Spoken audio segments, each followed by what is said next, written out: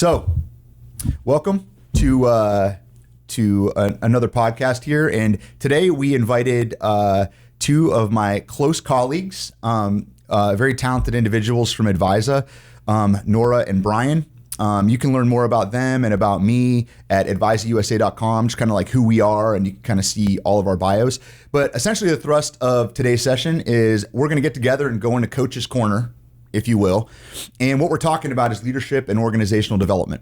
And not from a standpoint of here's how we do it at ADVISA, here's what we're doing, but much trying to go through the questions that leaders that we've worked with and people in positions of organizing development and training in an organization really want answers to internally, so that they can come up with where are we in this process as we grow and develop our leaders. Because very rarely do we get, no, we don't need any leadership development. All of our leaders are amazing. We're good to go.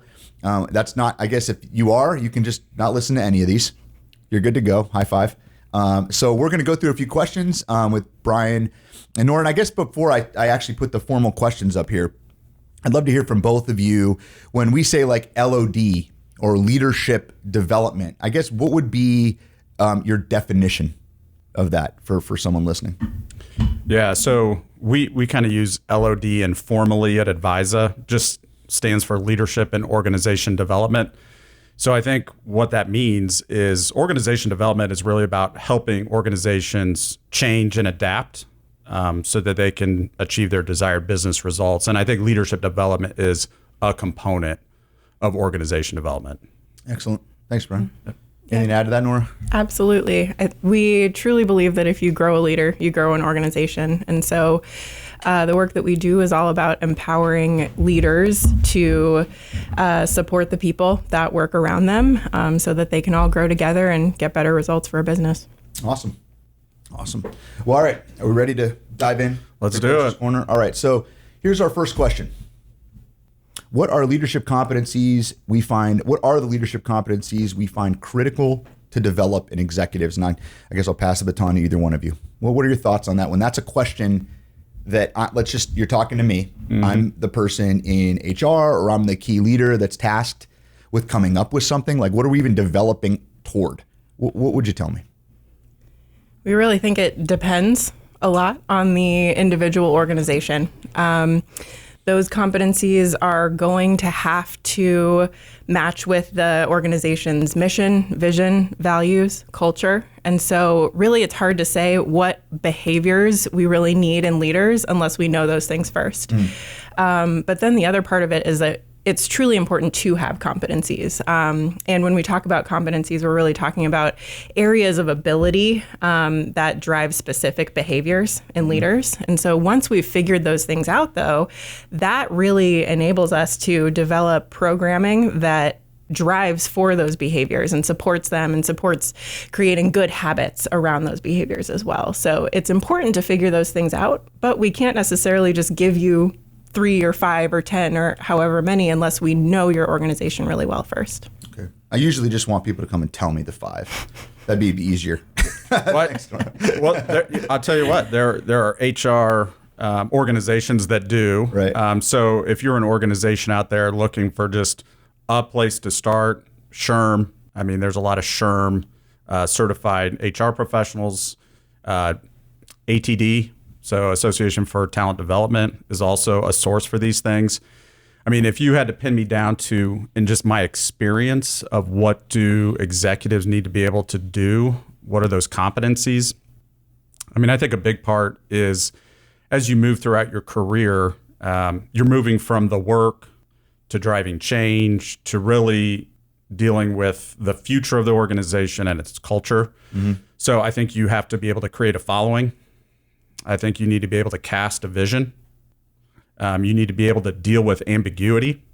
There's a famous Jack Welch who was a longtime CEO of GE who said, as soon as the pace of change is happening quicker externally than internally, the end is near. Mm. So I think executives, to continue to maintain relevance in the marketplace, you have to be able to deal with ambiguity and manage change effectively. Mm. Mm-hmm. That's huge. That's huge. And I think, I mean, I appreciate it, Brian. Coming back to something Nora said about like understanding the ability that you need. Mm-hmm. I mean, how often do we go in, I'm going to pause the question in a second, where the organizations we meet with haven't done any of that internal work? Like when you talk, like Nora very kindly speaking of an organization, well, we just get your strategic, your vision, and it's like all these things are true. Like everything's aimed at that. Mm-hmm. And what are the abilities and skills that would roll up to make that reality happen? And to us, it's like, yeah, obviously, like we've read the books, we've done the study, we understand that. But how often we come in organizations where it's like they're dusting off a strategic plan. Their strategic plan is not it's an Excel sheet. Well, that's not what we're talking. You know, it's part of it. That's great. But you get these like misplaced things. And I guess, what would you tell somebody who comes in where like, you know, I don't even know what the abilities are? Like I thought I was just talking to you about leadership development. You just want to, you know, in general, right? Like we just want better leaders. I mean, it's pretty obvious, right? How would you respond to that, I suppose?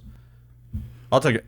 Yeah. So I do think, you know, prior to ADVISA, I'd worked internally for a Fortune 500 company. And there is some pressure when you're in a HR and learning and development role to do stuff, right? So from the business, it's just, we need a program, right? Or we need a training. So there's kind of tension in the system between, do we connect this to our strategic plan and our desired business results, or is it, let's just do something today? So I do think the challenge is real for a lot of the people that we're working with. And I think it's a lot like in what you just shared, and I'd love to hear from you too, Nora, is that does the person, if you're listening to this, do you have a seat at that leadership table? Do you have an established voice and the credibility built up that you're going to get some airspace at a serious meeting where you're going to get that connection opportunity to see, like, what do these people care about? What do I keep hearing quarter after quarter after quarter?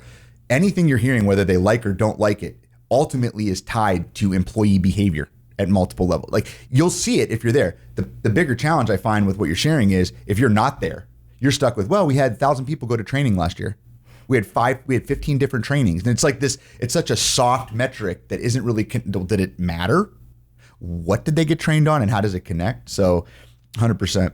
Nora, what do you think? Yeah, I would say too that if there's just nothing, if there's no kind of foundational work being done on mission, vision, values, culture, whatever, and it's simply, we've got to train because we need to check that box. Right. I would say where we first start is, what's the business result that you're looking for? What are your goals this year? And then kind of reverse engineering from that. Okay, if it's driving more sales, then maybe we do some behavior change around sales activity. You know, there are things that we can do that connect back to those tangible goals. And I think that can help too, the person who may be mid-level and is trying to champion whatever leadership development training they're trying to put in. By connecting it back to a measurable business result, that can get the ear of the people signing the checks much more effectively. Excellent. So if you're listening to this, hit pause, rewind like 45 seconds and write down what Nora just said. Like that's if someone tasks you with, hey, what should our leadership competencies be? I mean, I think what you just said is like a perfect like package. Like take that to a meeting with the CEO, senior leader, whoever holds your budget, and say, hey, I need this from you first. And don't just take the baton, okay, I'm going to go see what the best training is and who are the best consultants, you know, and all those things, which we get all the time. Hey, we want to quote on this. And these decisions haven't been made, and it gets super frustrating. So if this is a question you're interested in learning more for your own organization, and if you want to have a one-to-one conversation, group conversation with Nora, Brian, or myself, all you want to do is go to advisausa.com. If you're already reading this through the blog site, bottom right-hand corner, Miss Leslie is right there in the corner. You can just go into the Drift app and say, hey, I really liked what they were talking about this question. I want to know more about how this works in my organization. There's no cost to you. We just come in and have the conversation and help you kind of pull out and parse out what you would need to have that conversation internally. Thanks, Nora. Thanks, Brian.